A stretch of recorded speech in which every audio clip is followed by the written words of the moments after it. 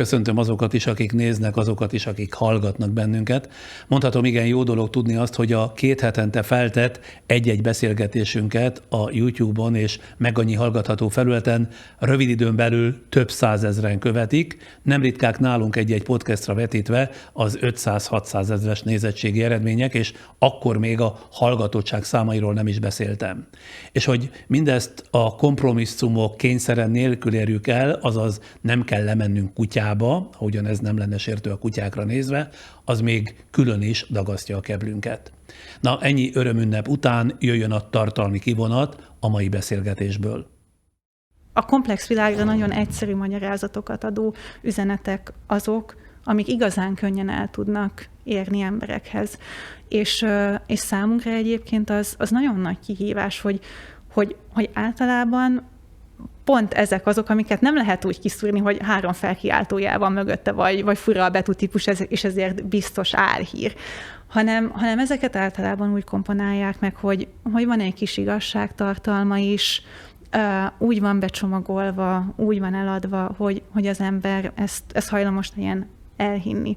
És egyszerűen azokat az üzeneteket mindig nehezebb megfogalmazni, hogy a valóság az nem fekete-fehér, a világunk az nagyon komplex, van egy csomó olyan probléma, amit nem lehet 3 mondatban összefoglalni, és igen, itt van nekünk szerintem a feladatunk, hogy ezeket az ilyen finomabb csúsztatásokat, manipulációs technikákat is fel tudjuk fejteni, és megmagyarázzuk.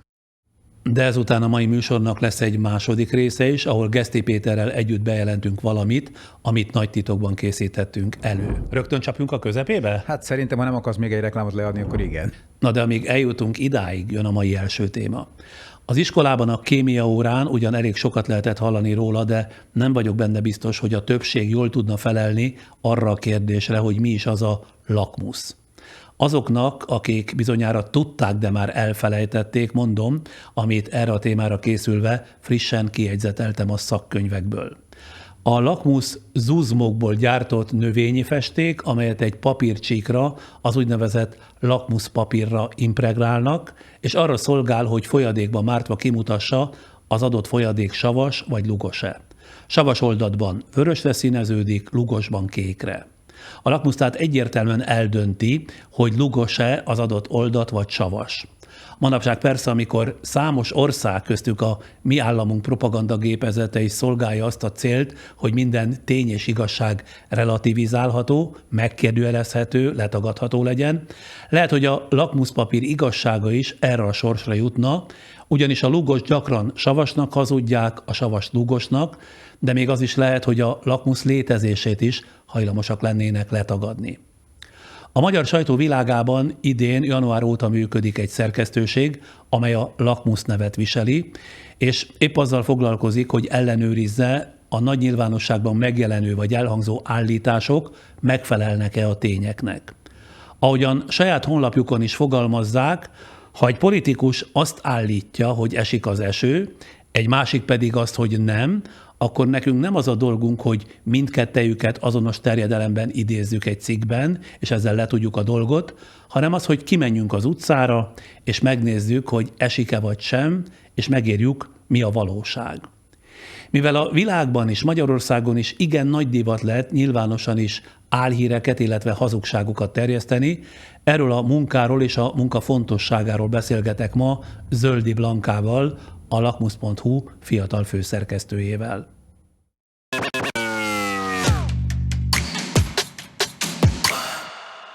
Lehet, hogy ön a legfiatalabb főszerkesztő az országban? Lehet, de ezt nem merném biztosra mondani. Nem nézett még utána? Nem. Nem volt önben szemernyi kétség sem azt illetően, hogy elvállalja ezt a posztot, tehát hogy egy újságnak a főszerkesztője legyen fiatalkora ellenére?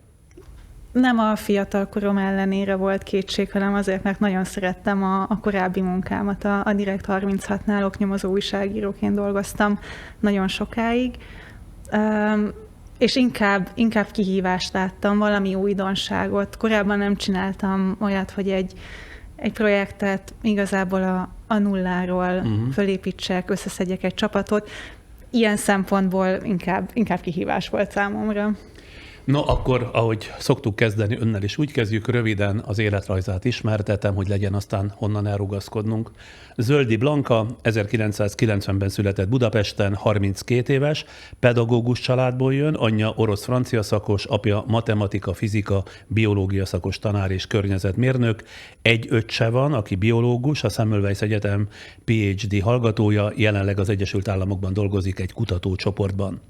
Zöldi Blanka 2 egyetemet végzett párhuzamosan, a Corvinus Egyetemen a nemzetközi tanulmányok szakon, az Eötvös Loránd Tudományegyetemen pedig spanyol szakon szerzett diplomát. 2013-ban Erasmus ösztöndíjjal Madridban újságírást tanult. Már egyetemistaként is újságíróknak szóló képzéseken vett részt, ezeknek a keretében 2013-ban például Ruandában, 2015-ben Tájföldön. Ugyancsak egyetemi évei alatt tagja volt a Matthias Corvinus kollégiumnak, itt média szakirányon végzett. 3 nyelven, angolul, spanyolul és franciául beszél felsőfokon. 2021. novembere óta a lakmus.hu főszerkesztője, de már közel 10 éve dolgozik újságíróként. Az egyetem befejezése után az Origo hírek rovatánál talált munkát, azonban az Origo jelentős politikai irányváltása nyomán, miután eltávolították az akkori főszerkesztőt, sok kollégájával együtt ő is felmondott a lapnál.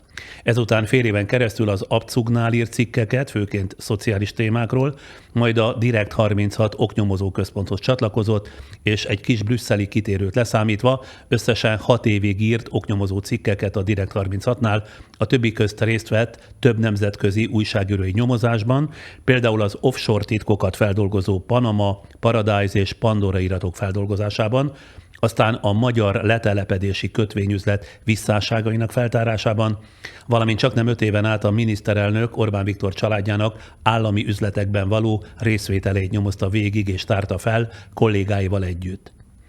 Párkapcsolatban él, szabadidejében szeret színházba járni, ugyanis eredetileg dramaturgnak készült, de a felvételin az utolsó körben kiesett. Nem bánja, hogy színházi dramaturg helyett újságíró lett magából? Akkor nagyon-nagyon szomorkodtam, hogy nem válogattak be, de visszagondolva én nagyon hálás vagyok a sorsnak, hogy ez így alakult, mert úgy érzem, hogy az újságírásban sokkal inkább megtaláltam a helyemet, és örülök, hogy emellett maradhatott egy jó kis hobbi is.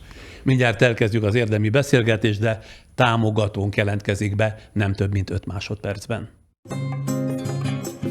OTP Travel, mert biztosan utazik.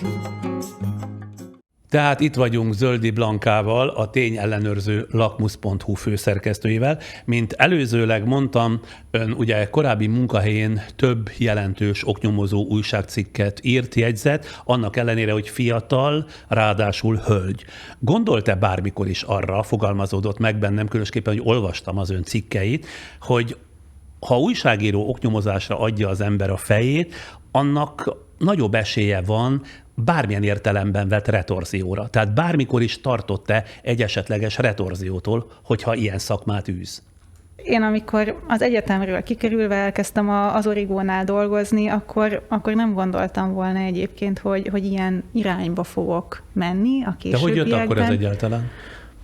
Egyébként úgy jött, hogy az egyik kollégámmal elkezdtünk dolgozni egy akkori felszámoló biztosokról szóló sztorin Szabó Andrással, akinek ezzel kapcsolatban voltak jó infói, forrásai, és akkor nagyon gyorsan nagyon sok adatot át kellett nézni, összefonódásokat megvizsgálni, és számomra az egy nagyon-nagyon nagy élmény volt, hogy ott tulajdonképpen beleszeretett így menet közben, lehet mondani? Abszolút beleszerettem, mert emlékszem, hogy ez 2014-ben volt egyébként, amikor én friss egyetemről kikerült újságíróként az akkori választási kampányba belecsöppentem, jártunk tudósítani a különböző politikai eseményekre, és úgy éreztem, hogy nekem ez elég unalmas, hogy csak közvetítsem azt, amit egyébként politikusok belemondanak a mikrofonba. Sokkal érdekesebb megnézni azt, hogy mi van az elmondottak mögött, mi az, amit esetleg nem akarnak, hogy az emberek tudjanak, és mindig is jobban érdekelt az ilyenféle rejtett ügyeknek a feltárása. Ugye, ha már ennyi évet töltött, mint említettem, a miniszterelnök családjának állami üzletekben való részvételével, volt-e például tekintetben, a konkrét ügy kapcsán bármi nemű későbbi konfliktusa az Orbáni cégbirodalommal, vagy bármelyik leágazásával, illetve élvezette oknyomozóként megkülönböztetett figyelmet célszemélyek, vagy, hogy mondjam finoman, megbízottaik részéről? Mi a Direkt 36-nál Pető András kollégámmal körülbelül 5 éven keresztül foglalkoztunk az Orbán család állami üzleteinek a feltárásával, aminek egyébként a központja, mondhatjuk azt, hogy a Gánti Dolomit bánya volt, ahol Orbán Viktor édesapjának a cége üzemel, a Dolomit Kft., és ez a Kft. Volt az, ami különböző rejtett módokon állami beruházásokban részt vett. És egyébként a legdurvább ilyen élmény ezzel kapcsolatban az volt, amikor elmentünk személyesen sok-sok éves nyomozás után a bányához, és akkor személyesen Orbán Viktor édesapját kérdeztük az állami beruházásairól, azok után, hogy a sorozatos e-mailjeinkre nem válaszolt, pereskedtünk az adatokért, stb. És hogy találkoztak szembe vele? Hogy akadtak a nyomára? A legnagyobb meglepetésünkre bekopogtunk ott a portán, és mondtuk, hogy idősebb Orbán Győzőt keressük, és erre a portán azt mondták, hogy oké, akkor mindjárt szólunk neki. És ő meg gyanútlanul kijött? Mondtuk, hogy újságírók vagyunk, és hogy milyen ügyben keressük. Ez pont egyébként a Covid idején volt, és akkor először arra hivatkozva nem akart semmit sem mondani, hogy most vírushelyzet van, és nem áll velünk szóba. Viszont miután becsukta az ajtót, mi még egy ideig ott maradtunk a bánya környékén, és másodszorra kijött, és akkor ő volt az, aki azt mondta, hogy a goromba ember hírében állok, és nem akarok gorombáskodni, különösen egy hölgyel szemben nem. De nem mondott semmi érdemit. Mi ugye újságíróként ismételtük azt, hogy igazából nagyon, nagyon egyszerű kérdésekre várjuk a választ, azt, hogy a cége pontosan milyen állami megrendelésekben vesz részt, és ezért mennyi közpénzt kap. Ez az a kérdés, amivel kapcsolatban egyébként nagyon-nagyon sokat nyomoztunk, és ott a bányánál sem kaptunk választ. Azonban... És ilyenkor nem liftezik a gyomra? Tehát mondjuk szemben áll pont azzal a célszemélyel, aki köré fűzhető ez a cégháló, vagy legalábbis az egyike. Én nem értem rá arra, hogy annyira liftezzen a gyomrom, és egyébként pedig pont amikor oda mentünk a bányához, akkor már a portánál ki volt függesztve egy árlista, ami engem nagyon-nagyon érdekelt, mert abból megtudhatom, hogy konkrétan hogy igaz-e az, hogy túlárazzák a termékeket, amiket árulnak. Úgyhogy nekem már a kezemben volt az árlista, és főleg azt pörgött a fejemben, hogy hát ebből már fogok tudni írni egy sztorit. És mondtam is a kollégámnak, hogyha nem is találkozunk idősebb Orbán Győzővel, ez az út már akkor is sikeres volt. Egyébként az olvasóknak az egy nagyon-nagyon fontos hozzáadott értéket képvisel, hogyha látják azt, hogy egy közéleti szereplő, aki egyébként közpénzek elköltésében részt vesz, és abból nagyon jelentősen a saját vagyonát gyarapítja, hogyan reagál azokra a feltárt tényekre, amikkel szembesítjük. Azért, mert újságíróként azért azt megszoktuk, hogy egy csomószor azt írják be a cikkekbe, hogy feltettük e-mailen a kérdéseinket. De nem nyilatkozott. De nem válaszolt. És semmiféle önök után nyúlás nem volt? Tehát nem tapasztalt ilyet? Ebben az ügyben, vagy egyéb más ügyekben, amikor még oknyomozó volt? Éppen azért, mert a politikának ilyen szempontból a legfelsőbb szintjével foglalkoztunk, ez bizonyos fajta védettséget is adott ilyen szempontból. Milyen Tehát, hogy nem éreztem azt, hogy bármikor nekem félnem kellene, azért, mert az Orbán család üzleteivel foglalkozom, mert ők igazából nagyon, nagyon magasan vannak. Ez olyan szempontból ad védettséget, hogyha például Orbán Győző, nem tudom, bármilyen ellenlépést próbált már tenni, akkor az nagyon-nagyon közel van a politikához. De lehet ezt nem csak közvetlenül, hanem közvetetten is gyakorolni. Persze, ez benne van a pakliban. Általában sokkal veszélyesebb olyan emberek után kutatni, akiknek több a vesztenivalójuk. Amikor ilyen kisebb, áfacsalásos ügyekkel foglalkoztam például, hadd nem mondjak mást, olyan újságíróval, aki annak idején jánkuciákkal is együtt dolgozott, a meggyilkolt szlovák újságíróval, ő is áfacsalásos ügyekkel kapcsolatban nyomozott. És ott sokkal inkább éreztem azt, hogy a piti bűnözők azok, akik igazából az újságírókkal szemben olyan típusú ellenlépéseket tudnak tenni, ahol nem mérik fel azt, hogy nekik ebből milyen problémájuk származhat. De mégis csak elege lett az adrenalin túltermelésből, gondolom én, amikor az oknyomozás után váltott egy szakmailag, hát azt mondhatom, hogy majdnem olyan izgalmas, ám elvileg kevéssé vészterhes területre, az úgynevezett tényellenőrző újságírásra. A lakmus.hu ez, ugye? Meglepő, hogy ahhoz képest, hogy például a Direkt36-nál milyen mélységű sztorikkal foglalkoztam annó, úgy érzem, hogy a lakmusszal kapcsolatos munkánk az sokkal nagyobb reflektorfénybe került olyan szempontból, hogy például több támadást kaptunk a lakmusznál végzett munkánk miatt, mint amit én korábban tapasztaltam a Direkt36-nál.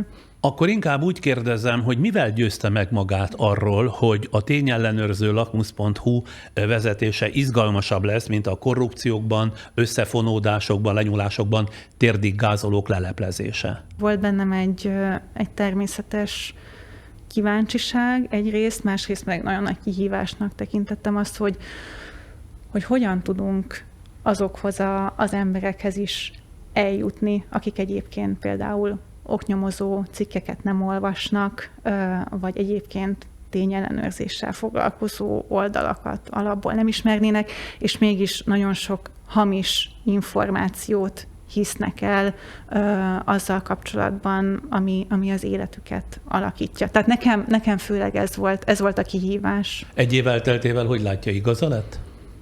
Abban, hogy ez továbbra is kihívás? Igen, abban, hogy ez az újságírásnak az egyik legnagyobb kérdése jelenleg, ezt még mindig így gondolom. Na most, hogy már konkrétan a lakmus.hu-ról beszéljünk, ugye a hírfogyasztó, újságolvasó ember gyakran maga sem veszi észre, hogy miképpen válik sokszor irányított álhírek, illetve fals ismeretek áldozatává. Említene néhány olyan, mondjuk úgy ártatlannak látszó példát, amikor a gyanútlan olvasó nem is sejthette, hogy álhírekkel van dolga?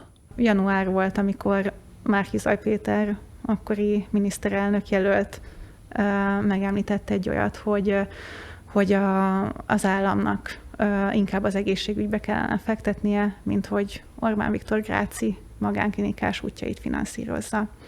Tehát, hogy Orbán Viktornak voltak Gráci magánklinikás útjai? Hát éppen ez az érdekes kérdés, hogy kiáll egy politikus, és ilyen kijelentéseket tehet, és ugyanúgy, ahogyan is visszakérdez, van erre valami bizonyíték? Tudjuk ezt? És ez mint egy ilyen szóbeszéd, igazából kering, de mi azt akartuk például a lakmusszal ezzel kapcsolatban kimutatni, hogy mik azok a bizonyítékként keringő képek, dokumentumok, stb., amik az interneten egyébként évek óta elérhetők. Ezzel kapcsolatban képek is megjelentek, és interneten Igen. Például az egyik kép, az a miniszterelnöki kisbuszt ábrázolta, állítólag a Gráci magánklinika előtt.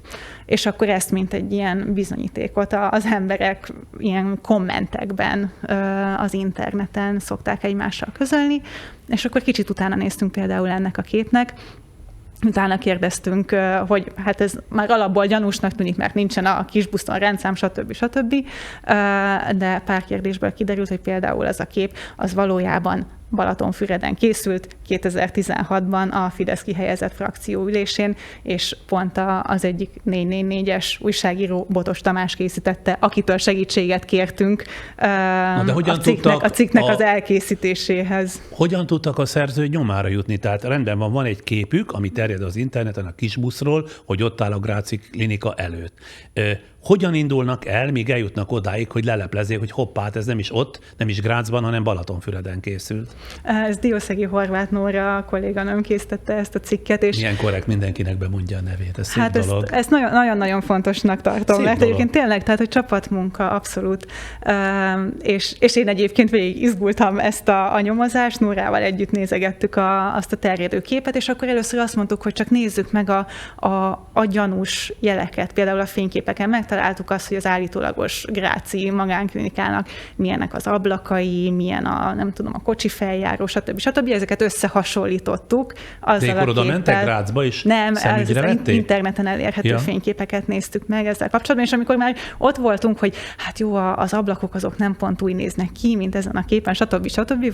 Voltak ilyen közelítő elemek, akkor igazából elkezdtünk fotós kollégákat kérdezni, hogy nekik nem ismerős ez a kép, és ez pont egy ilyen beletrafálás volt, hogy a Botos Tamás azt mondta, hogy hát dehogy nem ismerem ezt a képet, ezt én csináltam Balatonfüreden. Az AFP együtt dolgozik velünk ezen a dezinformációs projekten, aminek a Lakmusz is tagja is, és ők már régebben tényellenőrzéssel foglalkoznak, tartottak nekünk képzést még annó novemberben ezzel kapcsolatban. A geolokáció az önmagában azt jelenti, hogy a képnek az egyes elemei alapján igyekszünk megállapítani, hogy az adott kép az hol, mikor készült. Most tényleg itt ilyenekre kell gondolni, hogy akár, hogyha egy képen látszik az, hogy egy oszlop milyen árnyékot vet, abból különböző módszerekkel ki lehet azt következtetni az árnyéknak a dőlési szögéből, hogy ugye pontosan mennyi idő volt akkor, amikor a kép Nagyon készült. sziszi-fuszi munka ez, ugye? Hát ez borzasztó izgalmas egyébként. A másik példa, ami az eszembe jut, az igazából az indulásunkkor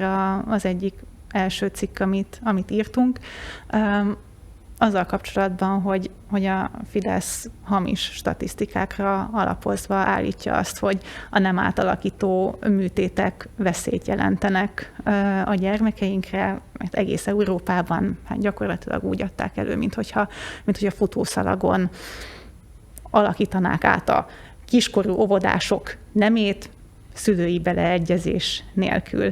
Halász János kiállt és különböző statisztikai adatokat mondott el. A Fidesz képviseletében. Persze. És amikor egy kicsit megpiszkáljuk a statisztikákat, akkor például kijött az, hogy az adott országban, amiről beszélt, valójában az történt, hogy bevezettek egy új szabályozást, hogy az óvodáskorú gyerekek eldönthetik, hogy milyen néven hívják őket. De lányok például akár fiúnevet is adhattak maguknak? Az a baj, nem emlékszem pontosan, hogy ez egy északi államban volt, de az a lényeg, hogy ezt, hogyha már a címben kiemelik teljesen hamisan, akkor az embernek tényleg egy olyan képzete keletkezhet, hogy hát ettől tényleg mindenképpen meg kell óvni a magyar gyerekeket, közben meg ugye erről szó sincsen. De azért ezzel túl nagy munkájuk nem lehetett, mert azért ahhoz, hogy ezt az ember épésszel elhiggye, hát minimum szellemi kiskorúnak kell lenni, nem? Már úgy értem, hogy ha olvasó, egy ilyet olvas, hát ki hiszi ezt el tényleg, csak azok, akik szellemi kiskorúak, nem? Nem hiszem. Nagyon-nagyon egyszerű szalagcímekkel, egy-egy kiragadott mondattal manipulálni az embereket, és nekünk éppen az a nagy kihívás, hogy nem írhatunk arról újságcikket, hogy most tényleg hülye vagy? Elhiszed ezt? Nézzél már rá, hogy ez egyenes beszéd ez... lenne. Ilyen rovatnak is kéne lenni. Tényleg elhiszed, hülye vagy? Ez tetszik. De hogy pontosan ezen szeretnénk túllépni. Mert az szerintem nagyon-nagyon fontos, hogyha valaki egyébként, akinek a cikkeink szólnak, azok, akik hajlamosak elhinni a hamis információt, hogyha azt érzik, hogy bármennyire is az ember lenézi őt, vagy ő butának érzi magát azért, mert elhitt valamit, ami nem igaz, akkor utána biztos, hogy be fog zárni, biztos, hogy nem akarja elolvasni azt az adott írást. Nekünk sokkal fontosabb az, hogy el tudjuk mondani, hogy itt meg itt vannak a statisztikák, itt tudsz te magad utána nézni, és hogy ez valójában nem a te hibád, hogyha ennek áldozatául estél. Ha nem sértő, akkor én azt mondanám, hogy miután a lakmusz.hu rendszeres olvasója vagyok, hogy én úgy tekintettem ön és kollégái munkájára, mint egy jól felkészült gombaszakértőre, akinek megfelelő tapasztalatok és ismeretek mentén nagy biztonsággal képes azt megmondani, hogy mely gomba fogyasztható, és melyik az, amelynek az elfogyasztása végzetessé válhat. Kicsit hasonlít azért a munkájuk erre, nem? Az álhírek általában nem úgy működnek, hogy erre ránézek és álhír. Vannak bizonyos ismérvek egyébként, hogyha az ilyen nagyon sufni tuning oldalakat nézzük meg, ahol úgy kezdődnek a címek, hogy ezt nem fogod elhinni, 3 felkiáltójel, tele van helyesírási hibákkal, és akkor utána még 2 aláhúzással, stb.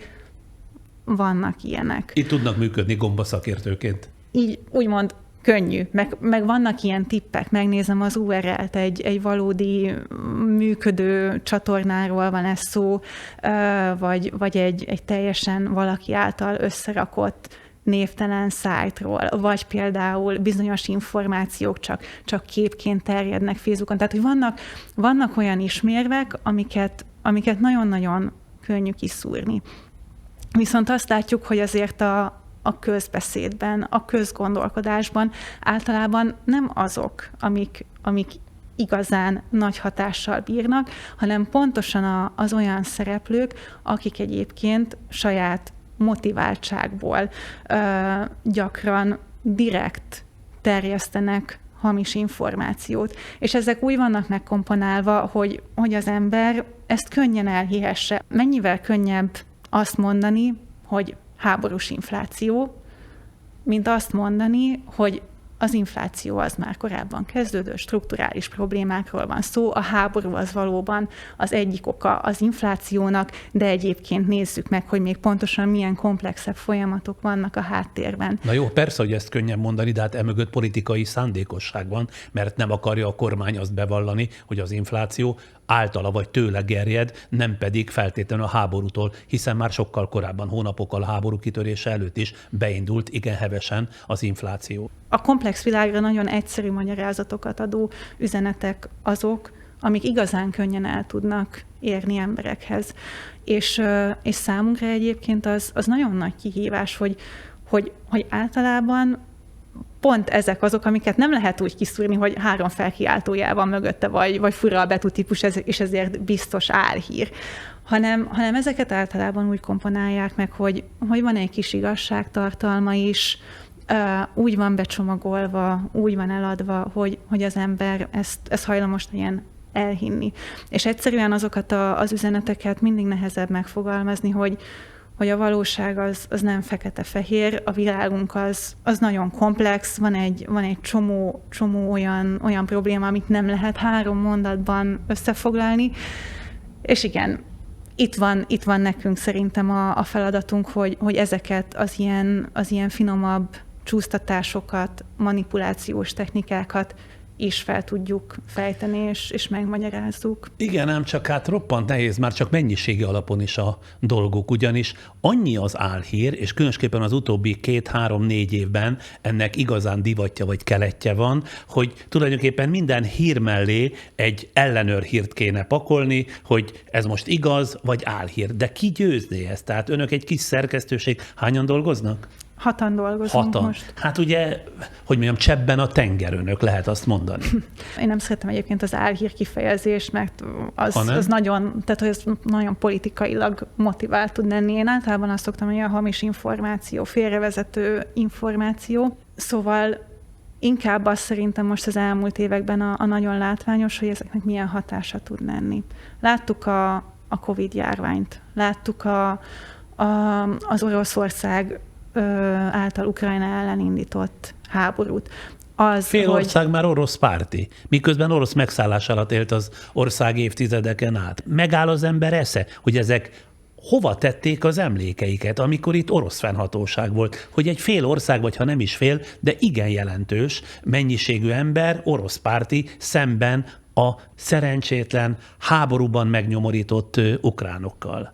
Összességében globálisan azért az orosz dezinformációs gépezet az nem olyannyira hatásos, mint amekkora erőforrásokat erre szánnak.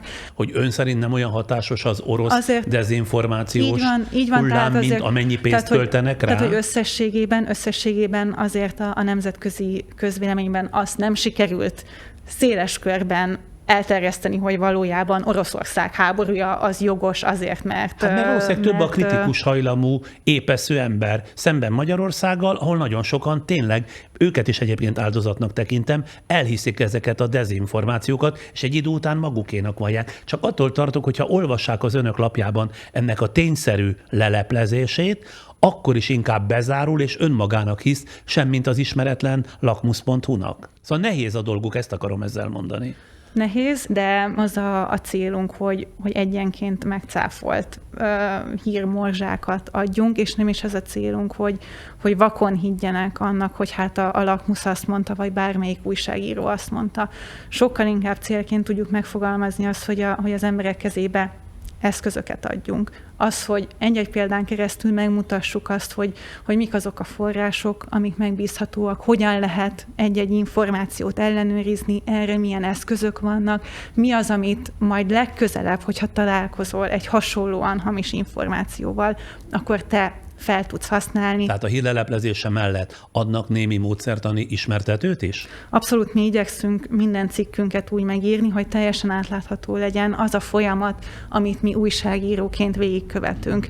Mindig közöljük az eredeti forrásokat, amikből dolgoztunk, tehát tanulmányokat, más cikkeket, éppen azért, hogy ne azt mondjuk, hogy higgyél az újságírónak, hanem higgyél saját magadnak. A felvezetésemben a honlapjukról idéztem egy esős idézetet, ami így szól: ha egy politikus azt állítja, hogy esik az eső, egy másik pedig azt, hogy nem, akkor nekünk nem az a dolgunk, hogy mindkettejüket azonos terjedelemben idézzük egy cikkben, és ezzel letudjuk a dolgot, hanem az, hogy kimenjünk az utcára, és megnézzük, hogy esik-e vagy sem, és megírjuk, mi a valóság.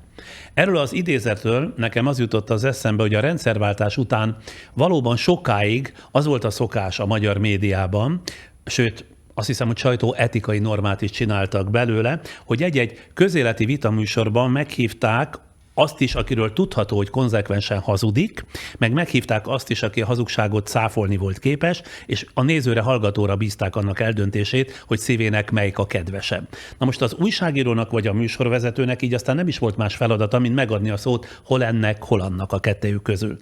Ebből aztán értelmetlen viták sora jött ki, mert egy vita természetesen nem szólhat arról, hogy egy hazug állítást, vagy egy hazug értelmezést az egyik vitázófél szálakra szedjen, lehatoljon a gyökerekig, megcáfolja szavanként, mert így legfeljebb a hazugság bizonyosodik be, és nem az eltérő nézetek vitája bontakozik ki a néző vagy a hallgató szeme láttára. Önök persze, hogyha jól értem, nem vitatkoznak, hanem tényeken alapuló alternatív értelmezéseket kínálnak az olvasóiknak, ugye? Ezzel az esős hasonlattal azt akartuk érzékeltetni, hogy nagyon-nagyon sok esetben igazából ilyen filozófiai vita bontakozik ki arról, hogy egyáltalán léteznek-e tények, érdemes-e a tényekről beszélgetni, és nekünk ez alapvető hitünk a Lakmusnál, hogy igenis a tények léteznek, és hogy nincsenek olyanok, hogy alternatív tények, hanem az, hogy esik az eső, az vagy megtörténik, vagy nem. Mármint egy adott pillanatban, egy adott helyen, adott időpontban. Azért a hírszolgáltatáshoz szerintem az is hozzátartozik, hogy a sajtónak voltaképpen be kell számolnia mindenről, ami fontos ügyekben valamilyen szempontból fontos emberektől elhangzik. Hogy egy néhány héttel ezelőtti példát említsek, ugye itt volt Ferencváros független polgármestere, aki nem volt hajlandó válaszolni az ATV egyik műsorában a pesti srácok munkatársának kérdéseire, mert megfogadta, hogy ócska fizetett propagandistáknak ő nem nyilatkozik, mire egy Jeszenszky Zsolt nevű ember, aki szintén ilyen önjelölt kormánypropagandista, a ferencvárosi polgármester kapcsán a prostituáltakról, hogy finoman fejezem ki magam, és azok szolgáltatási kötelezettségeiről kezdett értekezni, nem ezekkel a szavakkal, csak én azért adok magamra, és nem idézném ezt a Jeszenszkyt. Szinte a teljes magyar sajtó beszámolt róla, és én szerintem nagyon helyes, hogy erről beszámolt a teljes magyar sajtó, mert ha van még ember az országban, aki képes felháborodni az ilyen beszédmódon, ahogy ez a Jeszenszky beszélt, egy hivatalban lévő polgármester, aki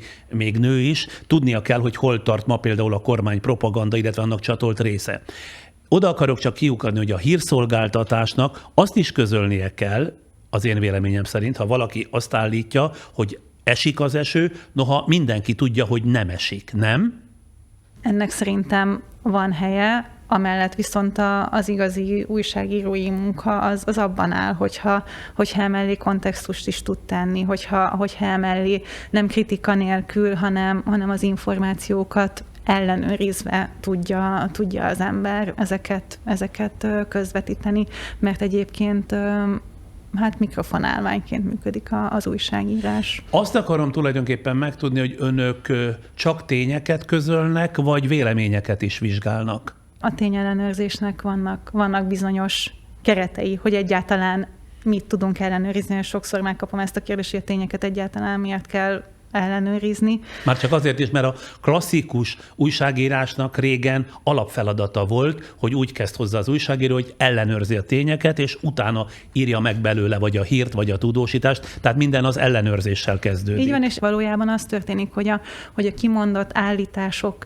mögött megvizsgáljuk, hogy állnak-e tények, bizonyítékok. Tehát ebben áll a munkánk, és hogy mivel tudunk foglalkozni, olyan állításokkal, aminek feltételezzük, hogy van valamilyen alapja. De ezzel azt is mondja, hogy ha önökre szükség van, hogy a klasszikus újságírásnak ez a régi normája, régóta érvényes, úgy mondom inkább normája megszűnőben van? Tehát, hogy az újságírók egy jelentős része ma már a tényellenőrzést, mint alapkövetelményt nem végzi el? Vannak olyan kiadványok, amelyek ezt a folyamatot nem viszik végbe, viszont valóban a tényellenőrzés az újságírásnak mindig is a sajátja volt. És ez egy nagyon-nagyon fontos része. Egyébként maga a tényellenőrzés az egy csomószor az újságíró munkájában egy ilyen belső szerkesztési folyamatnak is a része. Tehát például én annó, amikor oknyomozó cikkeket írtam, akkor a publikálás előtt, amikor már megvolt szépen az első, második, harmadik véglegesített vázlat, utána végigmentem az összes mondaton, és minden egyes nevet, számot, állítást, azt még egyszer leellenőriztem, egy saját belső ellenőrzési munka volt. Ezt azért a mai hírversenyben, ahol nagyon-nagyon sok és gyors információ átadás zajlik, ez azért van, amikor elsikkad. De attól függetlenül maga a tény ellenőrzés, az, hogy állításokat ellenőriznek, az nagyon-nagyon sokféle újságírói munkának egyébként a része, és ezt mások is csinálják a magyar médiapiacon. Ezt akarom éppen megtudni, hogy véleménye és tapasztalata szerint a hangsúlyozottan nem kormánypropaganda sajtó többségében elvégzi azért ezt a tényellenőrzést? Elég azt megnézni például, hogy az egyes sajtótermékek közül hány darab vesztett sajtópere van az egyes termékeknek. És amikor azt nézték meg, ha egyáltalán ezt vizsgálták, hogy mennyi az elveszített per, és melyik oldalon, akkor mit tapasztaltak? Ezt egyébként az átlátszó minden évben publikálja, tehát gyűjtik ezeket az adatokat. Az látszik egyébként, hogy például most az a baj, nem tudok pontos számokat mondani fejből, de a pesti srácok, Origó eléggé vezeti ezt a listát. Tehát a vesztett perek listáját. A vesztett perek listáját, így van. És ezzel nem azt mondom, hogy más sajtótermékek például nem követnek el hibákat. Tehát ez minden rendszerben előfordulhat. De azért a hibáknak a számából lehet arra következtetni, hogy ez mennyire valódi hiba a rendszerben, vagy a rendszernek a sajátja. Azt kimerném mondani, hogy melyik oldal sajátja az, hogy hamisítja inkább a tényeket, a híreket? Hát ezt mindenki megnézheti igazából saját magának, nem szeretnék itt kategorizálni. Mert ezzel már önre vetődne annak az árnyéka, hogy kicsit részrehajló? Attól tart? Nem tartok ettől, de én igazából jobban szeretem az árnyalt pontos megfogalmazásokat. Önök a lakmus.hu-nál minek alapján döntik el, hogy milyen tényállítások érdemesek arra, hogy tisztázzák az igazságtartalmukat? Ami nagyon fontos az, hogy meg szoktuk mindig vizsgálni az, hogy az adott állítás az hány emberhez jut el, mekkora körben terjed, illetve valamilyen szempontból a fontosságát vizsgáljuk, az, hogy mekkora hatással van az embereknek az életére. Igazából most egy ellenpéldát is mondanék, mert arról is van szó, hogy amikor viszont kevesebb embert ér el, viszont potenciálisan nagyobb kárt okoz, akár emberéletekbe kerülhet, hogyha egy nagyon kicsike Facebook csoportban például azt terjed, hogy tudom, így áll sósavat, mert az majd meggyógyítja a betegségedet, akkor az potenciálisan akkora kárt okozhat még egy kis közösségben, és hogy azzal foglalkoznánk még akkor is, hogyha csak pár száz embert ér el. Érdekel a munkamódszerük, tehát hogy milyen munkamódszerrel és milyen protokollok szerint működnek a Lakmus.hu munkatársai. Kezdjük talán onnan, hogy miként kerül képbe egy gyanús hír, információ, bejelentések nyomán, vagy vannak erre kifejezetten készített keresőprogramok, algoritmusok, esetleg érzékenyített szimat, ami újságírói szimat, netán valamiféle formai vagy tartalmi jellegzetesség nyomán ébred önökben a gyanú, aminek aztán utána mennek. Az igazság, hogy azért nincsen hiány a félrevezető információkból, inkább az a kérdés, hogy mi az, amire van kapacitásunk, hogy foglalkozzunk vele. Amikor indult az oldalunk, akkor feltettünk egy felhívást a Facebookunkra, hogyha hamis vagy félrevezető információval találkozol, vagy hogy nem vagy benne biztos, hogy egy adott információ az igaz-e vagy sem, akkor küld el nekünk. És nagyon-nagyon meglepő volt az számomra, hogy milyen sok ember írt nekünk akkor, és azóta is folyamatosan kapunk e-maileket és üzeneteket. Illetve az is látszott egyébként, hogy a magyar közönségnek milyen nagy igénye volt egy ilyen tényellenőrzéssel fókuszáltan foglalkozó oldalra. Amikor januárban elindultunk, akkor a projektben azt tűztük ki célul, hogy egy év alatt 1 millió emberhez jussunk el. Az indulásunk után nem sokkal kitört a háború, egyébként jöttek a Magyarországgyűlési választások, tehát hogy alapból azért érzékelhető volt, hogy ez egy nagyon kiélezett helyzet, és ebben a helyzetben 5 hónap alatt értük el az 1 millió olvasót, és jelenleg már 1,5 millió olvasó fölött járunk. De ezt hogy számolják, hogy ahány kattintás azt egyszerűen összeadják januártól, tehát az kezdetüktől kezdve? Hát ez Google Analytics igazából, tehát olyan adatokat tudok mondani abszolút. És ugye látjuk az egyes cikkeinken is, hogy pontosan mekkora érdeklődés vált ki, de számomra a legfontosabb visszajelzés az egyébként tényleg az, hogy az emberek kérdeznek, hogy írnak nekünk, hogy ajánlanak olyan témákat, amik velük szembe jöttek, és szeretnének róla többet tudni, és egy csomószor egyébként abban a szituációban vagyunk, hogy nem is írunk mindegyikből cikket, de amit gyorsan le tudunk csekkolni, azt akár még így személyesen is elküldjük az embernek. Ja, tehát, hogy nem lesz belőle cikk, de amit mondjuk megtudtak, akkor személyesen leveleznek az olvasókkal? Igen, volt már olyan. Érdekes. Sőt, olyan is volt egyébként, hogy egy olvasó maga végzett el egy egész ilyen csekkolás, azt írta, hogy hogy szerintem ez nem igaz, utána néznétek, és gyakorlatilag már elvégezte a teljes munkát. Tehát, hogy látszik, hogy ez nem is rossz ötlet, őszintén szólva, mert egy csomó olyan hír van, ami viszonylag egyszerűen ellenőrizhető, és hogyha arra bíztatnák az olvasókat, hogy ne csak gyanús híreket küldjenek be, hanem amiről ők maguk kiderítették, hogy mondjam, minimum 1 lépcsővel a saját dolgukat megkönnyítenék. Éppen ezen dolgozunk jelenleg, hogy egy közösséget építsünk a Lakmus köré, és ennek az első lépéseit pont hasonló irányba tettük meg. Abszolút. Most egy online képzést kezdtünk el, ami egyébként arról szól, hogy hogyan beszélgess olyan emberekkel, akik hamis információra alapozzák a világképüket.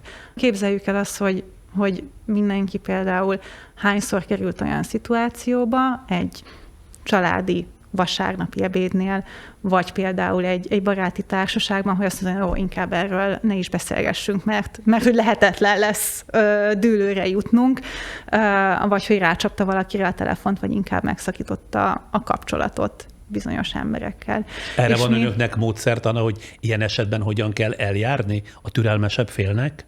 Például az nagyon-nagyon fontos, hogy az ember alapvetően nem ellenségesen, nem támadóan, nem minősítve lépjen fel bárkivel kapcsolatban, amiről beszélgettünk, hogyha másik azt érzi, hogy ő le van nézve, butának van gondolva, akkor alapból be fog zárkózni. Rendben van, nagyon együttérzően bánok azzal, aki ellenkező véleményen van, és én próbálom a tényeket mondani, de ő elzárkózik. Nekem az a tapasztalatom, hogyha én például megpróbáltam meggyőzni nem gyakran ilyen embereket, akkor egy következő lépcsőfokra ugrottak. Tehát hagyták azt, amit éppen bebizonyítani akartam, és valami új aspektust, vagy esetleg egy új hírt mondtak, és ezzel, mint nem engedték lezárni a beszélgetést, hogy jussunk valahová. Szóval azért nagyon nehéz ez. Szerintem rosszul indulunk ki, hogyha azt gondoljuk, hogy ez egy beszélgetésnek az eredménye lesz, hogy akkor most, amikor megesszük a vasárnapi ebéd után a palacsintát, addigra aztán mindenkinek meg fog változni a világképe itt az asztal körül, pont olyan lesz, mint az enyém.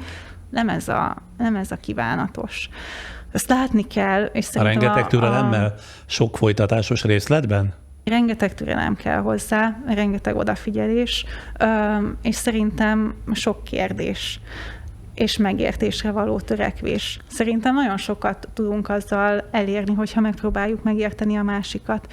Általában azért a nagyon, nagyon mélyről jövő ilyen hitbeli kérdések, világnézeti kérdések, valamilyen félelem, valamilyen trauma van ezek mögött. Miért félsz a nem átalakító műtétektől? Láttál-e már például migránst, aki éppen megerőszakol egy nőt? Bármilyen hasonló kérdést egyébként föl lehet tenni. Hát erre az a válasz, hogy nem láttam, de hát mindenki mondja, sőt van 2 utcával odébb egy nő, aki azért került kórházba állítólag, mert egy migráns megerőszakolta. De akkor menjünk vissza, ez biztos, hogy igaz? Hát valaki azt mondta, Szabó Józsefné mondta nekem, akit 10 éve ismerek. De hogyha már egy kicsit eszközöket adunk az illetőnek a kezébe, hogy egy ilyen pletykát, azt hogyan tud ellenőrizni, akkor már valószínűleg egy fokkal beljebb vagyunk. Mert ön mit tanácsolna neki? Én mondjuk azt mondanám, hogy ez egyelőre pletyka, hogyha most ez ugye valószínűleg, hogyha azt feltételező, hogy megtörtént eset, akkor menjen oda, és vezesse vissza egészen a forrásig. Ezzel kapcsolatban egyébként, hogyha még hozhatok egy példát, hogy mennyi türelem kell az ilyenfajta beszélgetésekhez.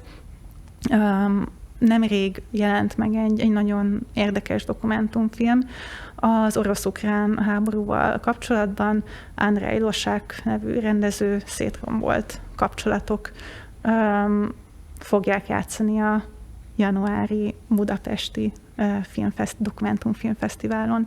Arról szól, hogy a propaganda hogyan mérgezi meg az emberi kapcsolatokat, konkrétan az orosz-ukrán háború kapcsán, hogyan szakít szét családokat, anyák nem beszélnek a lányaikkal, apák, fiaikkal, testvérek egymással.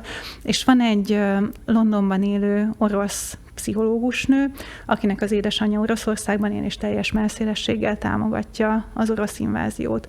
És ez a pszichológusnő azt mondta, hogy ő szereti annyira az édesanyját, hogy neki ez nagyon-nagyon fontos, hogy valahogy felnyissa a szemét, és vezesse arra, hogy hogyan tud megbízható információkat a propagandán túl meglátni ebből a háborúból. És azt mondta, hogy rájött pszichológusként, hogy ez a fajta hit, ez olyan, mintha valaki egy szektában lenne. És ugyanazokkal a módszerekkel tudja a propaganda szorításából kihámozni az édesanyját, mint hogyha egy szektából hámozná ki. És ez lehetséges? Ez realitás? Ez a nő létrehozott egy honlapot, amit egyébként mamapower.com, hogyha jól emlékszem néven, bárki elérhet, és én is rámentem erre a honlapra. Google Translate-tel lefordítottam, és nagyon-nagyon érdekes azt látni, hogy itt milyen eszközöket használnak. Úgy kezdődik Mármint a pszichológus az édesanyjával kapcsolatban. Igen. Úgy kezdődik, hogy anya, a legfontosabb dolog az, hogy szeretlek. Tudom, hogy az elmúlt időszakban nagyon-nagyon sok mindenben nem értettünk egyet, de fontos vagy annyira, hogy szeretném, hogyha az alábbi oldalt elolvasnád, nem baj, hogyha nem rögtön egy az egyben mindent, de hogy kérlek, tedd meg, ezt értem. És utána végig veszi a különböző kérdéseket, amik leggyakrabban az orosz háborúval kapcsolatban fölmerülnek, bemutatja a különböző dokumentált eseteket, például arról, amikor civil lakosságot írtottak ki, és amikor megvannak ezek a felvételek, akkor azt mondja, hogy ez most lehet, hogy sok, és azt kérdeznéd, hogy de hát erre hogy képesek a katonák. Most akkor pihenjünk egy kicsit, és elkezd a nyelvről beszélni. És utána még több. Tényleg vannak nácik Ukrajnában? Igen, minden országban van valamennyi náci, de ez nem jelenti azt, hogy... És végigveszi ezeket a kérdéses pontokat, és a honlapnak a végén csak annyit ír, hogy köszönöm, hogy elolvastad. Számomra ez a filmben egy nagyon-nagyon szép jelenet volt, és nem tudom, hogy ennek végül mennyi eredménye lett. És az anyja megtért? Tehát ettől hittalányának? Látszik a filmen már, hogy bizonyos kételyek, gyanúk megjelennek, és persze egy idő után mindig visszatér, és azt mondja a lánya, hogy és akkor a következő nap, amikor beszélünk a telefonban, akkor megint visszatér, de én úgy érzem, hogy ha már egy-egy lépést tudunk tenni, az már megéri. És hogy ez tényleg egy hosszú távú munka, nagyon. És nem fog egyik napról a másikra megváltozni. De az az igazság, hogy amikor arról beszélünk, hogy különböző világok alakulnak ki, hogy egyszerűen nem tudnak az emberek egymással beszélgetni. Miért nem tudnak? Azért, mert hitrendszerek ütköznek hitrendszerekkel, azért, mert érzelmek ütköznek érzelmekkel, ahol egyszerűen tök mindegy, hogy milyen tények vannak mögötte, a beszélgetés mögött. Pedig ezek a tények kellenek ahhoz, hogy egyszerűen közös alapon tudjunk beszélgetni, és egyszerűen nem tudjuk azt megcsinálni olyan helyzetben, amikor globális problémákat közösen kell megoldanunk. Egy klímaváltozást nem fogunk tudni emberiségként úgy megoldani, hogyha az embereknek bizonyos része nem beszélget egymással. Egy következő járványhelyzetben ugyanilyen problémák lesznek, egyszerűen nem engedhetjük meg magunknak, hogy ne tanuljunk meg újra beszélgetni. Térjünk vissza a lakmus.hu munkamódszeréhez, és az érdekel, hogy mivel indul önöknél egy tényellenőrzési vizsgálat, milyen módszerek, milyen szempontok, protokollok, esetleg segédeszközök bevetésével jutnak el a valóságig, pontosabban a nem tényszerű híreknek a leleplezéséig, vagy a hazug híreknek a leleplezéséig. Például az, hogyha találkozunk egy információval, akkor felkutatjuk azt, hogy milyen források érhetők el az adott témával kapcsolatban, megkeressük az elérhető adatokat, statisztikákat, tanulmányokat, ezeket minden esetben linkeljük a cikkeinkben. Hogyha forrásokkal beszélünk, akkor lehetőség szerint névvel vállalt forrásokat szólaltatunk meg, csak különös esetben nem közöljük a források nevét, például a forrásnak a védelme érdekében, illetve nagyon fontos az, hogy minden egyes alkalommal megkeressük azt a személyt, aki tette az adott kijelentést, és szembesítjük azzal, amit mi találtunk az állításáról, hogy megadjuk az esélyt, hogy reagáljon rá. De például annak a forrásnak, akinek éppen az volt a dolga, hogy hamis, hazug tényt terjesszen, és önök megkeresik, hát nyilván nem fog az önök rendelkezésére állni, mert ő továbbra is ragaszkodik a saját hazugságaihoz, nem de? Ez nem biztos. Nagyon érdekes élmény volt egyébként, amikor Bájer Zsoltnak a blogjával foglalkoztunk, például összeszedtünk 5 állítást a blogjáról, amiben vagy hamis információkat terjesztett, vagy az orosz propagandának a bevett paneljeit ismételte. És nagyon érdekes volt, mert volt 2 olyan blogposztja is, amiben olyan híreket hitt el, amikről később bebizonyosodott, hogy nem igazak. Például volt egy olyan terjedő kép, hogy nézzétek meg, itt a hullazsákokban megmozdultak a halottak, kiderült, hogy valójában egy korábbi klímatüntésnek a performansza volt az, amiről közölték ezeket a képeket. Bájer Zsolt a hamis információt közölte a blogján, ezelőtt szembesítettük. Hogy szembesítették? Tehát felhívták, eljutottak Bájer Zsolték? E-mailt írtunk, és válaszolt, igen, és azt válaszolta, hogy nem ellenőriztem ennek az információnak a helyességét, nyilvánvalóan hibáztam.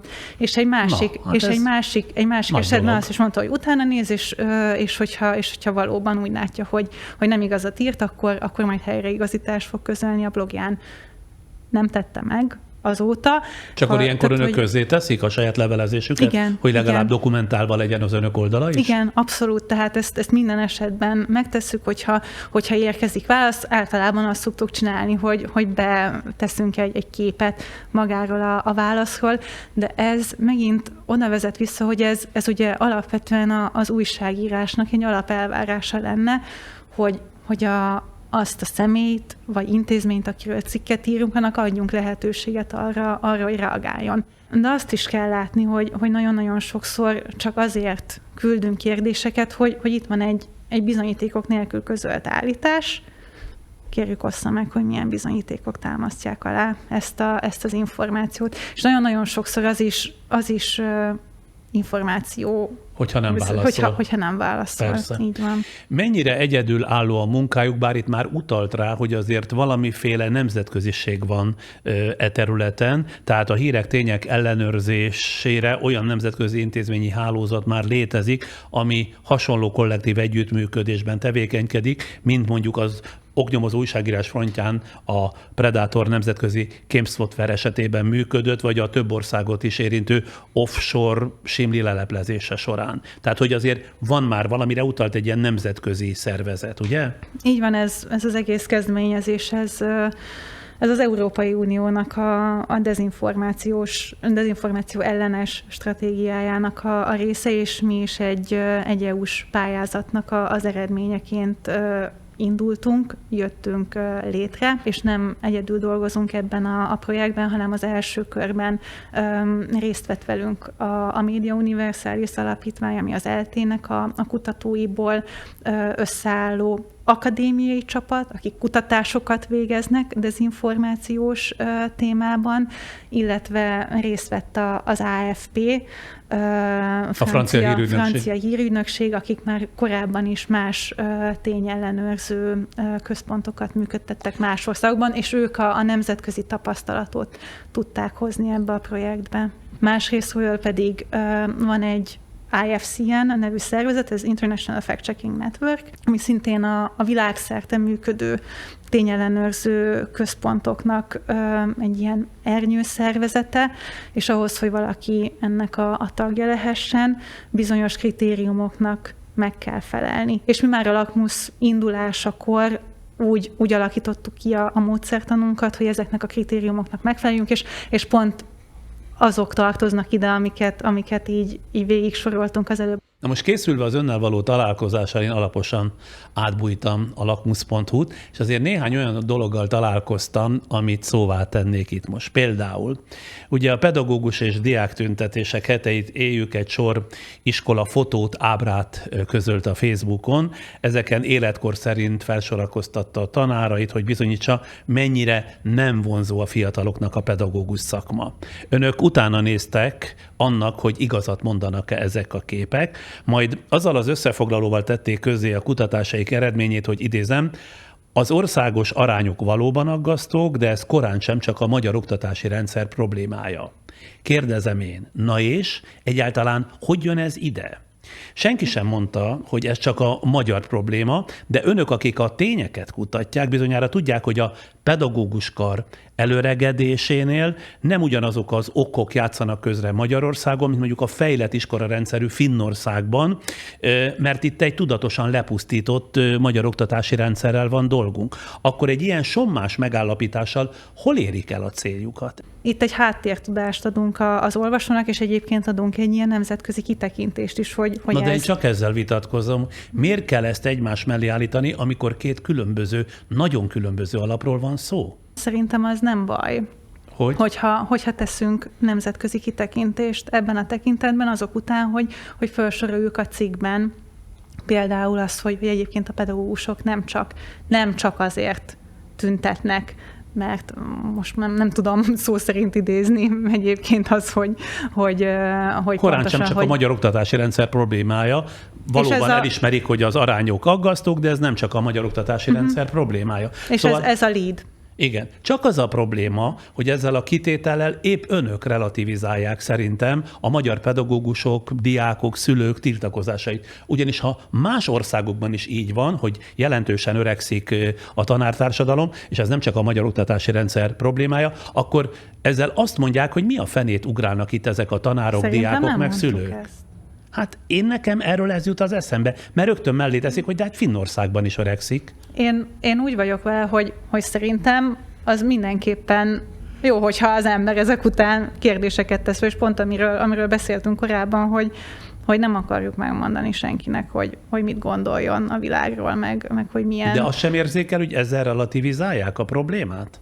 Nem hiszem, majd relativizálnánk. Jó, hát nem muszáj, hogy egyetértsünk, csak én úgy értettem, hogy van egy valamiféle kényszerigazodás, amit a magyar társadalomban egyébként gyakran tetten lehet érni, hogy valamiért folyamatosan megpróbálják kiegyenlíteni azt, amit pedig, hogyha pregnánsan közölnénk, sokkal hatásosabb lenne. Ahogy egyébként Magyarországról közöljük az inflációs adatokat, mellé tesszük, hogy az Európai Unió többi országában milyenek az inflációs adatok. Hát ne csináljunk már úgy, mintha csak Magyarországgal kellene foglalkozni, azáltal, hogy Magyarországon van egy pedagógus társadalmi előregedési probléma, hogyha mellé tesszük azt, hogy egyébként az Európai Unió 27 országában milyen a pedagógusok korfája, én egyáltalán nem érzem azt, hogy ezáltal mi bármilyen szinten véleményt alkotnánk arról, hogy a magyar pedagógusoknak a tüntetése az mennyiben jogos vagy jogtalan. Hasonló ilyen fájdalmat, értetlenséget látok egyébként nagyon sokszor a Facebook oldalunkon, például kommentelőktől.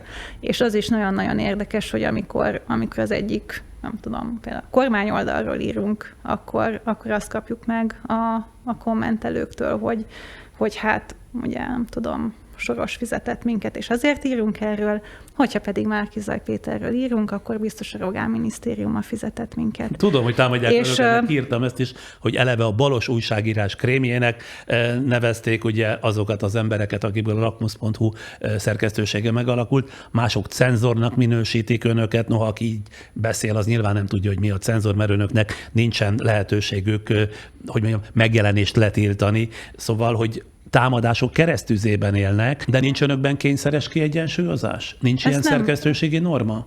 Az, hogy patika mérlegen mérjük, az, hogy most akkor egy ilyen állítást csekkolunk, nem, nincsen. Akkor innen már elrugaszkodva, arról például van sejtés, hogy mit kéne másképp csinálni annak érdekében, hogy minél kevesebb áldozata lehessen az álhírekkel és megtévesztésekkel elkövetett manipulációnak és szemfényvesztésnek, mert ha csupán farahányt borsó, akkor minek ennyi fáradtság és izzadtság, ugye? Nagyon sokszor oda lyukadunk ki, hogy az oktatásnál kell kezdeni, a legalapvetőbb kérdésekkel azzal kapcsolatban, hogy hogyan érdemes híreket fogyasztani, hogyan érdemes egyáltalán tájékozódni, milyen forrásokból. És jelenleg most ez az egyik legnagyobb eljövendő projektünk, hogy olyan helyekre jussunk el, akik egyébként nem kapnak megfelelő oktatást ezzel kapcsolatban. Most az ősz folyamán például több tanodába ellátogattunk a Civil Kollégium Alapítvánnyal közösen, és az ottani diákokkal beszélgettünk arról, hogy egyáltalán milyen forrásokból tájékozódnak, mi a különbség a Facebookon látott hírek között és a híradóban látott hírek között. Egyáltalán, hogyha híradót néznek, milyen híradót néznek, mik azok az ilyen gyanús dolgok, amikre érdemes figyelni, és az az alapvető tapasztalat, hogy itt nekünk keresni valónk van, és nagyon, nagyon sok munka lehet ebben. Nem tudom, hogy erre vonatkozóan van-e bármiféle vizsgálat, vagy egyáltalán mi az ön véleménye azzal kapcsolatban, hogy miért a hazugságokat hiszik el jobban az emberek, mint a valóságot? Miért egyszerűbb befogadni azokat inkább? Szerintem nem a hazugságokat mindenképpen, hanem egy csomó esetben a leegyszerűsítő üzeneteket. Pont azért, mert azt szerintem lelkileg nagyon-nagyon nehéz elfogadni, hogy valami bizonytalan, hogy valami komplex, vagy hogy valamire esetleg nincsenek kész válaszok. Ez az egyik dolog, hogy az egyszerű üzeneteket könnyebb elfogadni. Másrészt pedig azt is látjuk, hogy azok a hírek, amik dühöt, félelmet, haragot váltanak ki, azok sokkal gyorsabban terjednek online, mint egyébként a teljesen neutrális hírek. Ez pszichológia.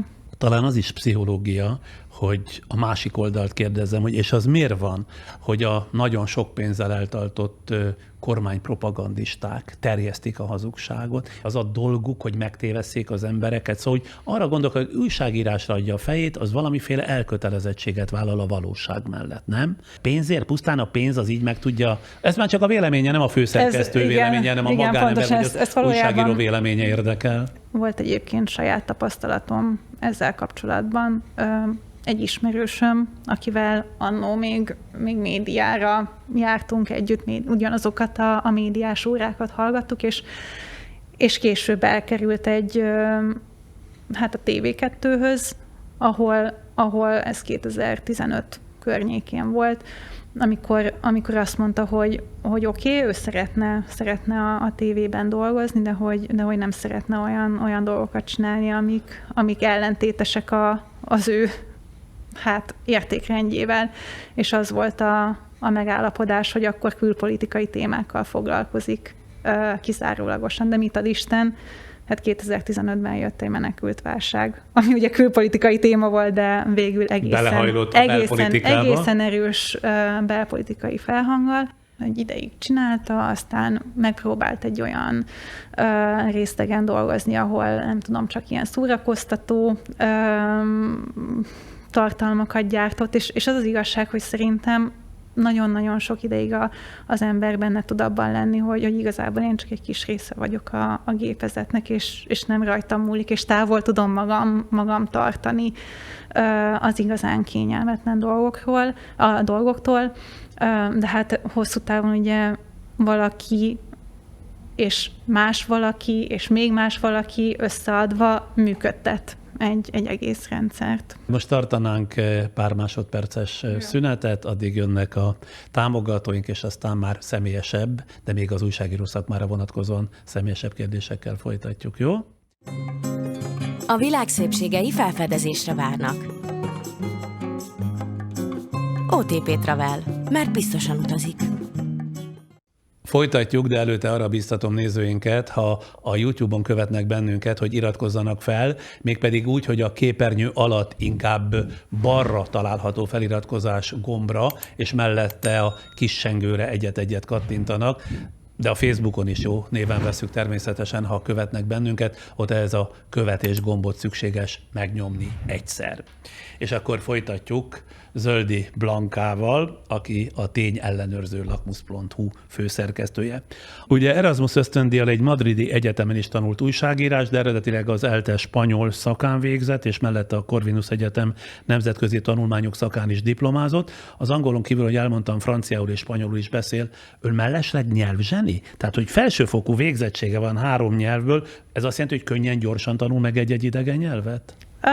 Hát én nagyon érdeklődöm más kultúrák iránt, és például spanyolul még középiskolában tanultam meg, és főleg azért, mert nagyon szerettem Pedro Almodóvárnak a filmjeit, és azokat úgy végignéztem az összeset, és az valahogy úgy beleívódik az emberbe szerintem. De könnyen tanul, ugye, nyelveket? Viszonylag könnyen tanulok szerintem, igen.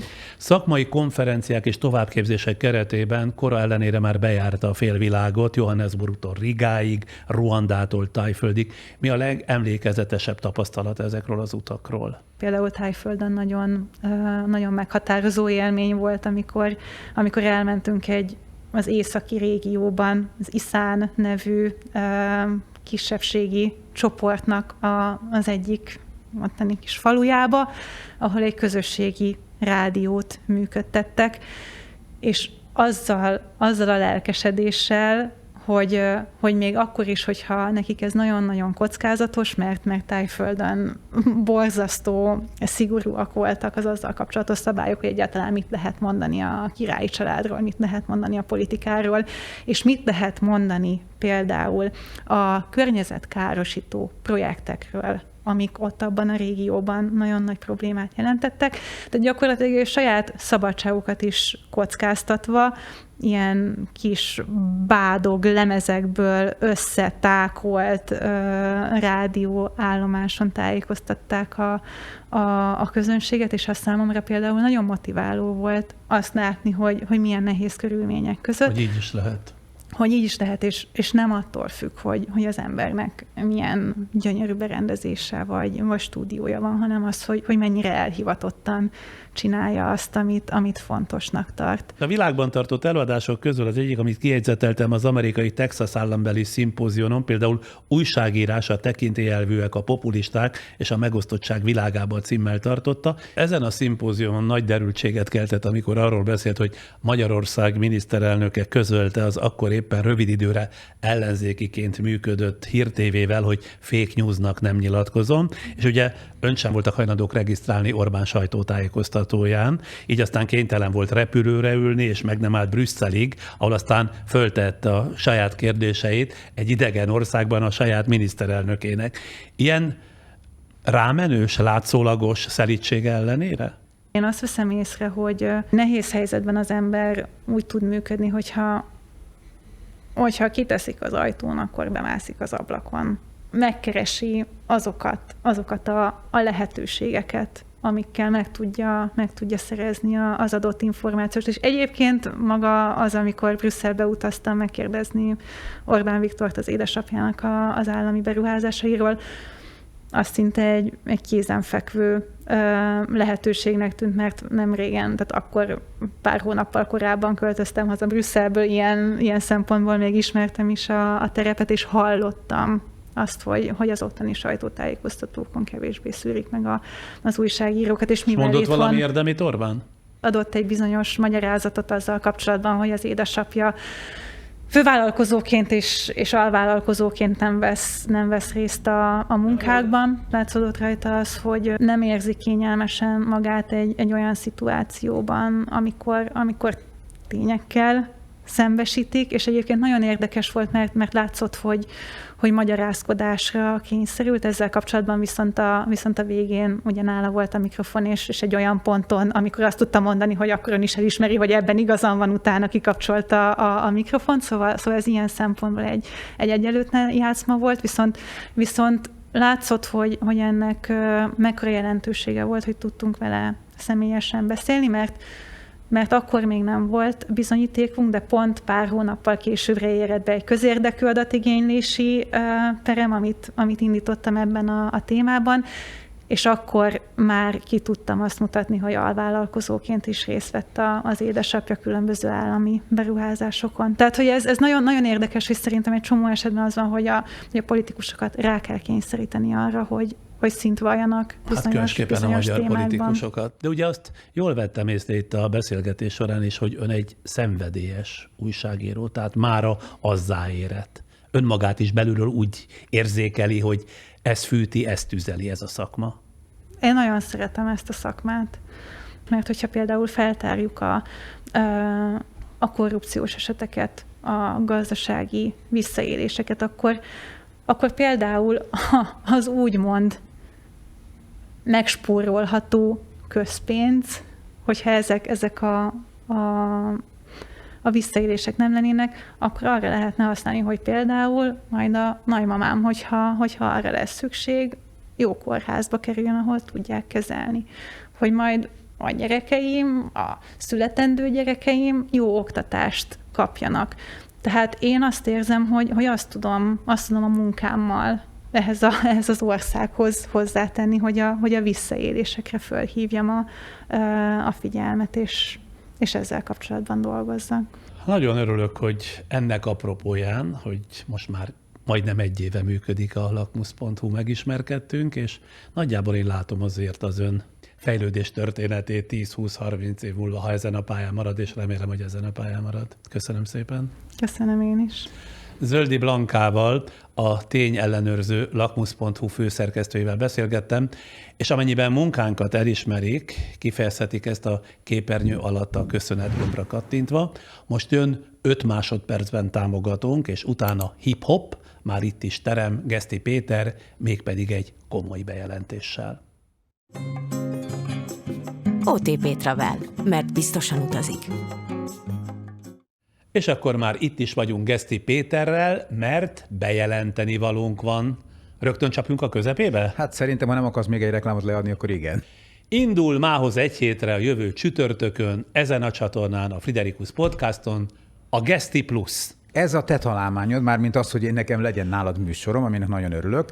Ez egy olyan beszélgetés sorozat lesz, amelyek tulajdonképpen azt hiszem arról szólnak, hogy hogyan lehet ebben a zavaros, bizalomhiányos, bizonytalan világban egy tudatosabb önképet fölépíteni az embernek, és ezáltal egy tudatosabb, jobban kivitelezett életet megvalósítani, ami szükséges lehet a boldogulásunkhoz. Ha nem lenne lejáratva a szó, azt mondanám, hogy ez egy ilyen életvezetési sorozat, amely abból adódott, hogy te itt ültél pár hónappal ezelőtt májusban, és interjú közben talán nem is vetted észre, de olyan remek igazságokat fogalmaztál meg, amelyhez nagyon sok nézőnk kötődött, kommentek, levelek, e-mailek formájában. És erről jutott tulajdonképpen az eszembe, hogy miért nem csinálunk egy ilyen sorozatot veled, úgyhogy te vezeted, nem mint riporter, hanem mint egy ilyen rezonőr, úgy ülsz itt majd, ugye? Igen, hát ezt a szerepet kaptam, és én ennek nagyon örülök. Tulajdonképpen beletaláltál valamibe. Én régóta gondolkodtam azon, hogy valahogy jelen kéne lennem a social médiában, mert azt gondolom, hogy talán megfelelő módon tudok artikulálni bizonyos gondolatokat és érzéseket. Ráadásul én nagyon hiszek a pozitív gondolkodásban, nagyon hiszek abban, hogy a pozitív gondolkodás, a pozitív cselekvés az iszonyatosan fontos lenne mindannyiunk számára a hétköznapokban. Ez egy másik ország lenne, ha megtanulnánk szerint élni és cselekedni. És abban hiszek, hogy valahogy ezt talán át tudjuk adni majd ezen beszélgetés sorozaton keresztül az embereknek. Milyen témákat találtunk ki? A sorozat 10 részből áll, ezt elmondhatjuk. Hát ott kezdjük, hogy ugye a sors néha nem tudja, mit akar, szólt a régi slágerben, hogy hogyan tudunk vajon azokkal a csapásokkal szembenézni, amelyek nem is biztos olyan nagy sorscsapások, bár ebből jutott azért az elmúlt 2 évben, azt hiszem sokunk számára. Hogyan tudunk szembenézni ezekkel, és hogyan tudunk felülemelkedni ezeken. Tehát ahhoz, hogy ezeket meg tudjuk oldani, meg tudjuk küzdeni, ahhoz egy reális önképet kell kialakítanunk. Vajon képesek vagyunk-e felismerni azt, hogy kik vagyunk igazából, hol vannak a határaink, hol vannak a lehetőségeink, és vajon tényleg igaz-e az a mondás, hogy nem azok vagyunk, amit történik velünk, hanem azok, amit gondolunk magunkról, amit teszünk, és ez a pozitív gondolkodásnak szerintem egy nagyon fontos része.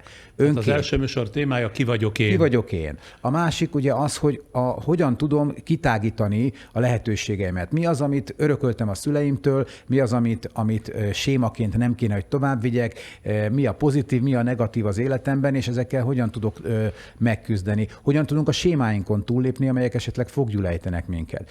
Aztán beszélünk arról, hogy hogyan ne adjuk fel nehéz helyzetekben. Én nekem az egyik kedvenc refrénem, amit szoktam gyakran énekelni, ugye nem adom fel, még egy darabban látsz. Ugye ezt te valami Dusán írta annak idején, és ez mindig valahogy emlékeztet engem arra, hogy minden nehéz helyzetből meg lehet próbálni kijönni, legfeljebb vannak olyan nagyon nehéz helyzetek, egészségügyi dolgok, amikből talán nehezebb, de hogy ilyenkor a legtöbb mégiscsak rajtunk múlik, a mi döntésünkön, a mi gondolkodásunkon, és igenis példákat fogunk mutatni arra, hogy ki lehet jönni a nehéz helyzetekből. Aztán lesz egy olyan adás, ahol arról fogunk beszélgetni, hogy hogyan lehet gazdag, mit jelent a gazdagság, egyáltalán hol kezdődik ez. Meg fogunk hívni gazdag embereket, akik valóban önjogon lettek gazdagok, tehát nem örökölték és nem hát hogy mondjam, klientúrális okok miatt lettek gazdagok, hanem saját tehetségükön keresztül, és arról fogunk beszélgetni, hogy vajon mi kell ehhez, hogy ma az ember elrugaszkodhasson a gazdagság irányába. Egyáltalán kell-e, vagy mire kell a sok pénz, ugye? Így van. Az egyik kedvencem a sorozatból, mert a sorozatot már természetesen fölvettük, a Hogyan kell jól szeretni című adás. Nem tudjuk, hogy hányadik lesz, de nagyon érdekes, mert tulajdonképpen egy kísérleti műsor olyan szempontból, hogy egy házaspár, Geszti Péter és felesége Dic Edith ülnek egy asztalhoz, és a nyilvánosság előtt beszélik meg, hogy jól szeretjük-e egymást, jól szeretitek-e egymást. Hát igen, ez is a te találmányod, hogy sok, minden felelősséget ráthárítok ebben az ügyben, de nagyon érdekes lett ez a dolog, és azt hiszem, hogy nagyon különlegesen is sikerült, mert magunk se kerültünk még soha ilyen helyzetbe. És érdekes, hogy egy ilyen szituációban, ahol rögzítik a beszélgetést, ráadásul utána nyilvánossá is fogjuk ugye ezt tenni. Az embernek felül kell emelkednie, hogy megérinthesse a saját legjobb énjét, hogy méltó legyen ahhoz, meg arra, hogy a szerelméről, hogy az élete társáról beszéljen. Hogy neki hogy beszél tulajdonképpen az ő konfliktusaikról, a nehézségeikről, az azon felülemelkedésről. Ez egy nagy tanulság volt. Nagyon megtaláltátok azt az nagyon szűk mesdjét, ami tulajdonképpen kitapogathatatlan, vagy előre kijelölhetetlen. Lesz egy állandó szerkezete is a műsorodnak, ugye? Igen, minden műsor elején együtt fogunk beszélgetni egy rövid ideig, te még én. Az adott témát, az aznapi témát beszéljük meg. Témát, azt nagyjából előre megbeszéljük, és utána jön egy pszichológus szakértő, majd a legtöbb adásban jön egy ismert vagy kevésbé ismert ember, vagy akár többen is, akikkel pont arról a témáról fogunk beszélgetni, amit a pszichológussal már egy kicsit kiveséztünk, és a végén össze is foglaljuk, újra együtt fogunk ülni itt a Parancsnoki Igen, hídon. tehát egy ilyenfajta. Én pedig itt leszek mindvégig, mert hogy kiülök a hangkeverő pulthoz, és azon kívül, hogy keverem a hangot meg a képet, hát itt-ott igyekszem azért önmérsékletet gyakorolni, de itt-ott bele kérdezek. Sándor örök, tehát én itt leszek, ezt tudod, ez a régi vicc, az amikor az örömlány mondja a rendőrkapitánynak, hogy maga már nem lesz sehol, amikor én még mindig itt leszek. Ezt most hogy értsem magamra nézve? Csak az, hogy te mindig itt leszel. Ja, ez a Friderikus él, Friderikus élni fog. Tudod ez. Ha már itt tartunk, mit gondolsz, a nézők fogják annyira szeretni, mint az én podcastomat? Remélem, hogy igen. El fog térni, hiszen te nagyon sok közéleti témát hozol elő, sok gazdaságpolitikai témával foglalkozol, ami szerintem nagyon fontos és nagyon klassz. De időnként technológiával, időnként portréval, de igen, egy másfajta tematika. Másfajta tematika, és egy picit talán más lélektani alapon is megy, hiszen te egy professzionális újságíró vagy, én nekem pedig nem riporterként kell valóban itt ülnöm, hanem nekem Geszti Péternek kell lenni, és én beszélgetni szeretnék az emberekkel, egy picit inkább lélektani és valóban életvezetési dolgokról. Ez egy picit talán puhábbnak tűnő tematika, de azt szerintem állati fontos, hogy ebből nagyon sokat lehet majd tanulni. Én is azt gondolom, meg amit csinálsz, hogy miután végig élveztem itt a felvételeket, hogy nem kérdezni próbáltál, hanem mindig a saját történeteiddel, a saját aspektusoddal megtoldani azt a témát, amit itt kiveséztetek az egyik vagy másik vendéggel. Ez így van, és talán úgy tudnám összefoglalni ennek az értelmét, hogy ugye a sors az nem törődik a terveinkkel, ezért nekünk magunknak kell. Az azt is jelenti, hogy csak akkor fogunk tudni felülemelkedni nehéz helyzeteken, ha megismerjük önmagunkat. Ez egy ókori bölcsesség is, ugye az ismer meg önmagad, de olyan fura, hogy tudod, az 1000 millió TikTok, YouTube, ilyen-olyan ingerek, amik érnek minket naponta, szerintem már nem is hagynak sokszor időt arra, hogy szembenézzünk a legegyszerűbb és legfontosabb kérdésekkel, ami magunkra vonatkozik. Erre teszünk kísérletet. Így van. 2 hetente, mert hogy egymást váltani fogjuk. A jövő héten, mához egy héten, ugyanúgy csütörtök este 8-kor lesz a premierje a Geszti Plus első adásának, amelynek témája Ki vagyok én, és akkor a következő csütörtökön az én rendes időimben pedig a saját podcastommal jelentkezem. Így van, és azért is adtuk a Geszti Plus nevet ennek a sorozatnak, mert abban bízom, hogy valami pluszt, valami pozitív energiát és tudást tudunk átadni ezen keresztül mindenkinek. Jó, hát akkor nagyon nagy érdeklődéssel állunk, leginkább a közönség fogadtatás elébe, meglátjuk. Igen, azt tudom mondani, hogy kiméljenek nyugodtan, a Sándor a főnök, én most csak felszállok néhány zavaró repülést fogok végrehajtani itt a podcastban. Nos, akkor tehát mához egy hétre, december 22-én este 8-kor a Geszti Plus első adásának premierje, témája Ki vagyok én, ettől kezdve pedig, ahogy az imént mondtam, minden csütörtök este 8-kor teszünk föl valami újat a Friderikus Podcast csatornájára. 2 hét múlva például én jövök új beszélgetéssel, de az is lehet, hogy legyen egy újabb talány, valami meglepetéssel szolgálok majd a Geszti műsora után, december 29-én, azaz 2 hét múlva. Ugyan a Geszti Plus epizódjai minden második csütörtök estére bejönnek, de ettől még a váltóheteken helyet szorítunk újabb és újabb műsorszámoknak, riportoknak, interjúknak, televíziós múltam produktumai közül is. Kérem, kövessék azokat is a Friderikus Podcast YouTube csatornájának oldalán a 4. vízszintes sorban. Zárásképpen pedig feliratkozásra bíztatom önöket a képernyőnk alatt található feliratkozás gombra is a mellette lévő kis csengőre kattintva.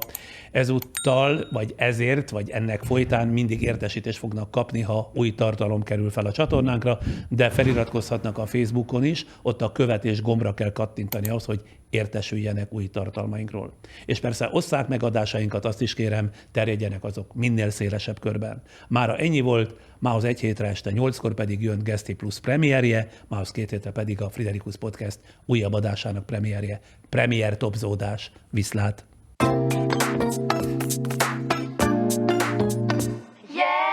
Mit nevetsz már Hát, is? ahogy mondtad, ez a Geszti Péter új sorozata.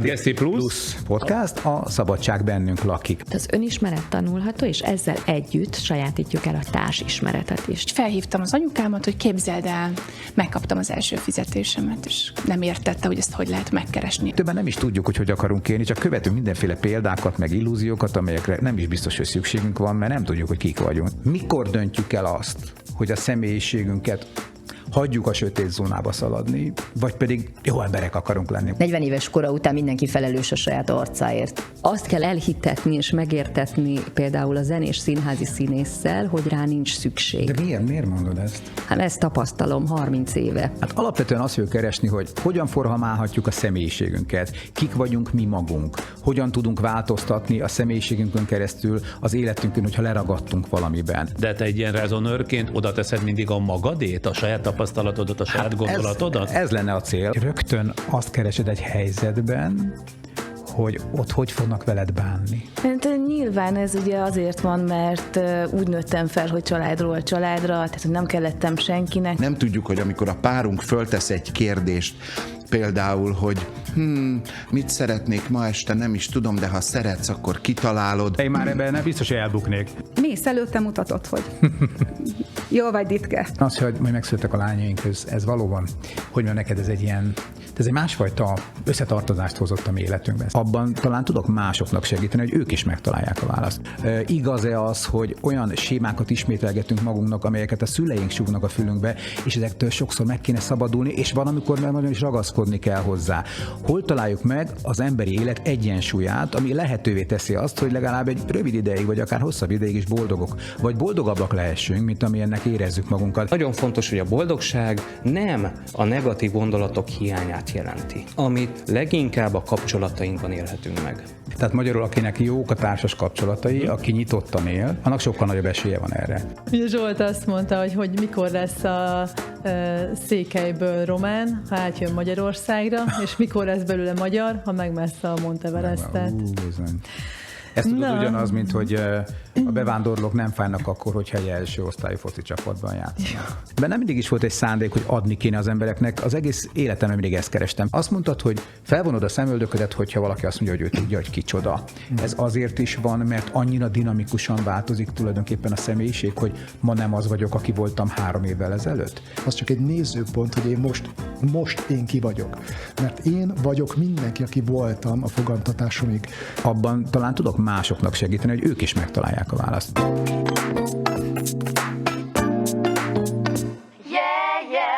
Ez hihetetlen, ez média történelmi pillanat!